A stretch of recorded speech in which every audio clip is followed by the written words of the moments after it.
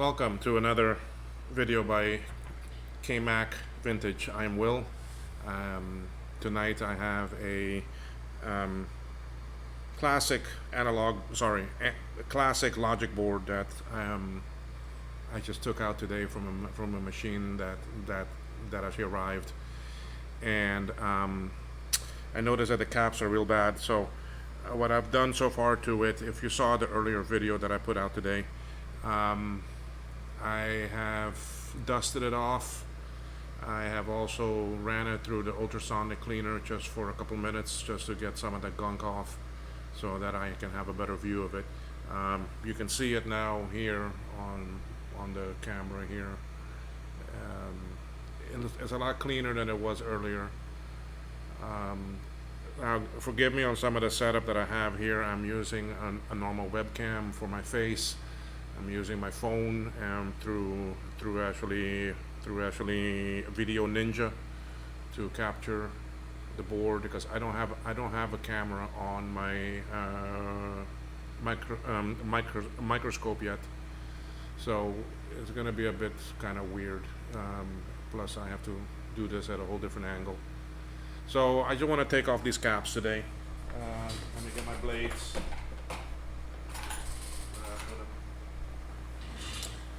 So in this video, all I'm going to do really is just take off these caps, and then we call it.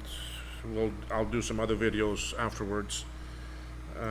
Because of this plastic here, I want to put a shield there protecting it. I already have my hot air station ready.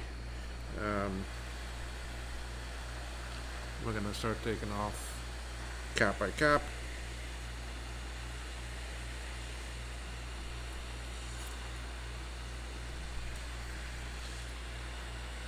Anyway, so today this classic came in for me.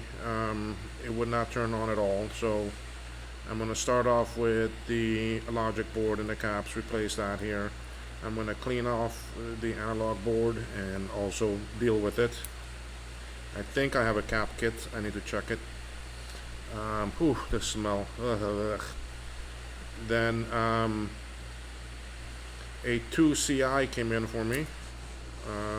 The board looks pretty good. What I am disappointed with though is that a floppy drive did not come with it. So I'm gonna have to see what I'm gonna do about that. Hard drive, it don't matter, but none of the mounting kits, none of the mounting rails came in for it, so I don't know how it sits in there. We'll do a video on that also. So I have a 2 CI that came in with a monitor. Don't remember which monitor. It's a color display monitor.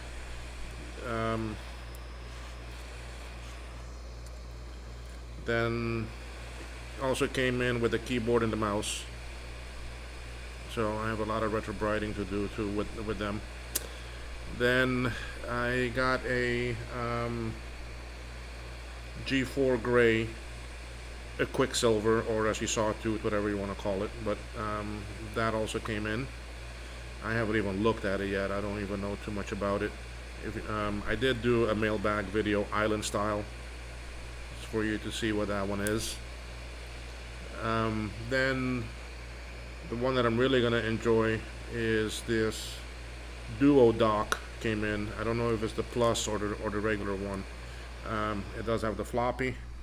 It does have an actually hard drive in it, but I need to take it apart more and see. It will not turn on at all, so I do need to check and see if it is the power supply or what is causing it not to turn on. Anyway, but the nice thing with that is that it also had a laptop with it, so I have a working Duo 230 that looks to be in pretty good condition. But I'll do some videos on that one as the time comes. Sorry, I'm gonna have to move the board around for me to get these other caps.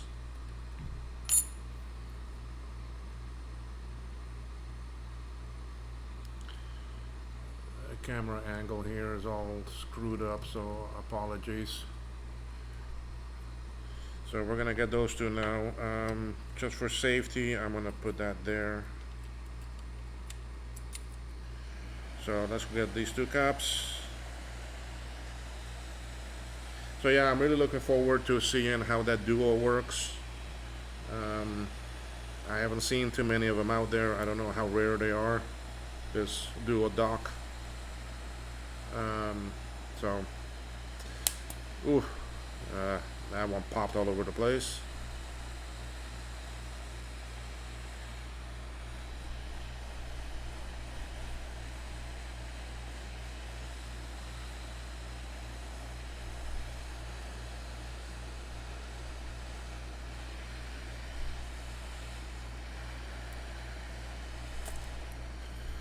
That one just took a flight. This classic board did not have any damage from the battery, so I'm happy with that.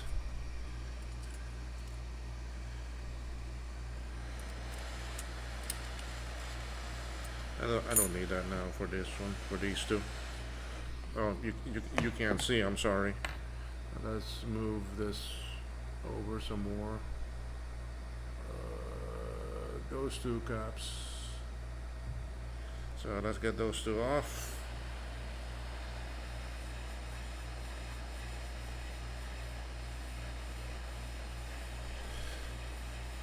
There's only 8 on this board. I have the tantalum caps for it, so we can put those on quick. I have not analyzed this board yet to see if there's any damaged traces or how any of the chips look, so I'll do that once the caps are off. But I'll have to do that underneath the microscope, so, and that I can't show you, I'm so sorry. But it's the best I can do for now until I get some funds and I can get a better microscope and a camera. So that's it for taking them off. Let me turn off the hot air. All 8 are off and no damage to any plastic. 4 right here, and then those 4 that we just did, there's no damage to any of this plastic. It all looks good. All in here looks good. The only area that I'm a bit concerned that I did see earlier, if I can find it here for you.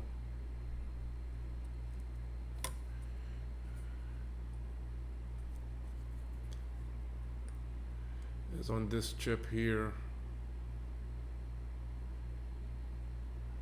There was some color, some discoloring on the pins. Although now it doesn't look that bad. Sorry, the phone is not gonna zoom in. It's not gonna focus in that well. So that's the best I can do. Anyway, I will clean up this board. The areas don't look that bad. There's one there that I see. Let me take a look at that under the microscope.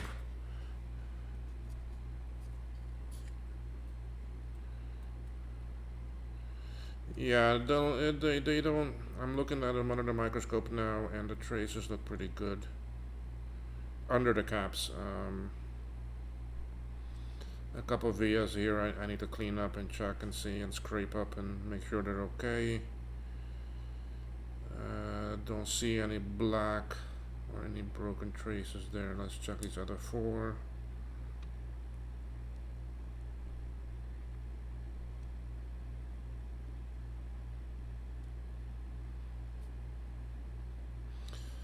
Yeah, little spots there. Oh, there's one that goes right to the sound chip, coming off a capacitor 3, and there's one on the positive side that goes there, and then I see a couple more in the area that look a bit greenish. 1, 2.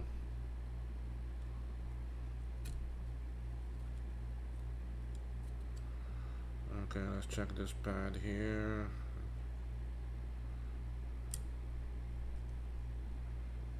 Looks okay.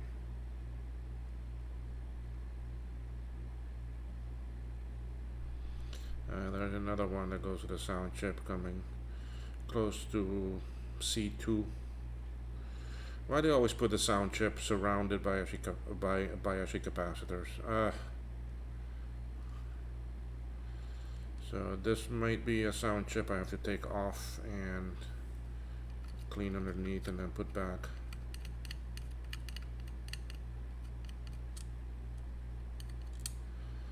But we'll have to do all that all off a camera. Sound chip, sound chip, the sound chip. Let's see, where are you? Right there. So I have a couple coming off of here that look bad. This one here coming right to that pin. Then I have some more right here looking somewhat bad that I'm gonna have to check better. Then coming down here, yeah, I don't remember off the top. Right here somewhere. There's some more that I need to check better. But those are the only ones. On the analog board, um, I I have not checked too much of it yet. I do have it off. I have taken it off.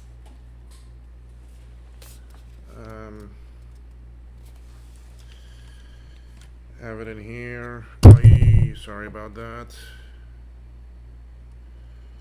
None of the caps seem to have rounded tops.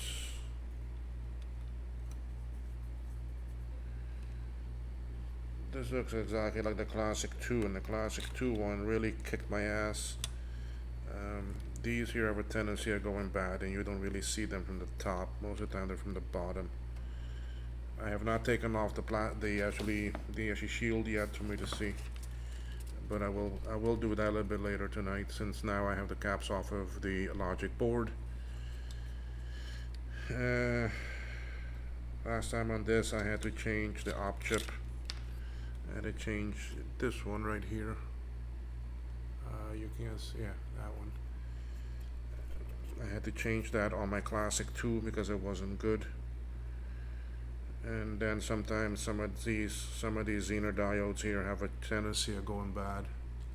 Where are they? Let me see if I can show them. Right there. People say this chip here goes bad too, but I haven't had that happen to me yet. Let's hope it doesn't. So anyway, this looks pretty good. Over here it seems to have already the better refresh on it.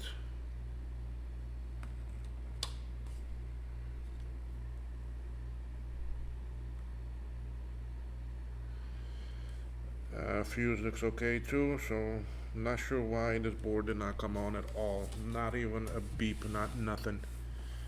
So could be bad solder joints. Like I said, I have not even checked any of that yet on the analog board. But anyway, that's it for this video. I'm not going to do too much else. I'm going to probably clean off these pads tonight under the microscope, and then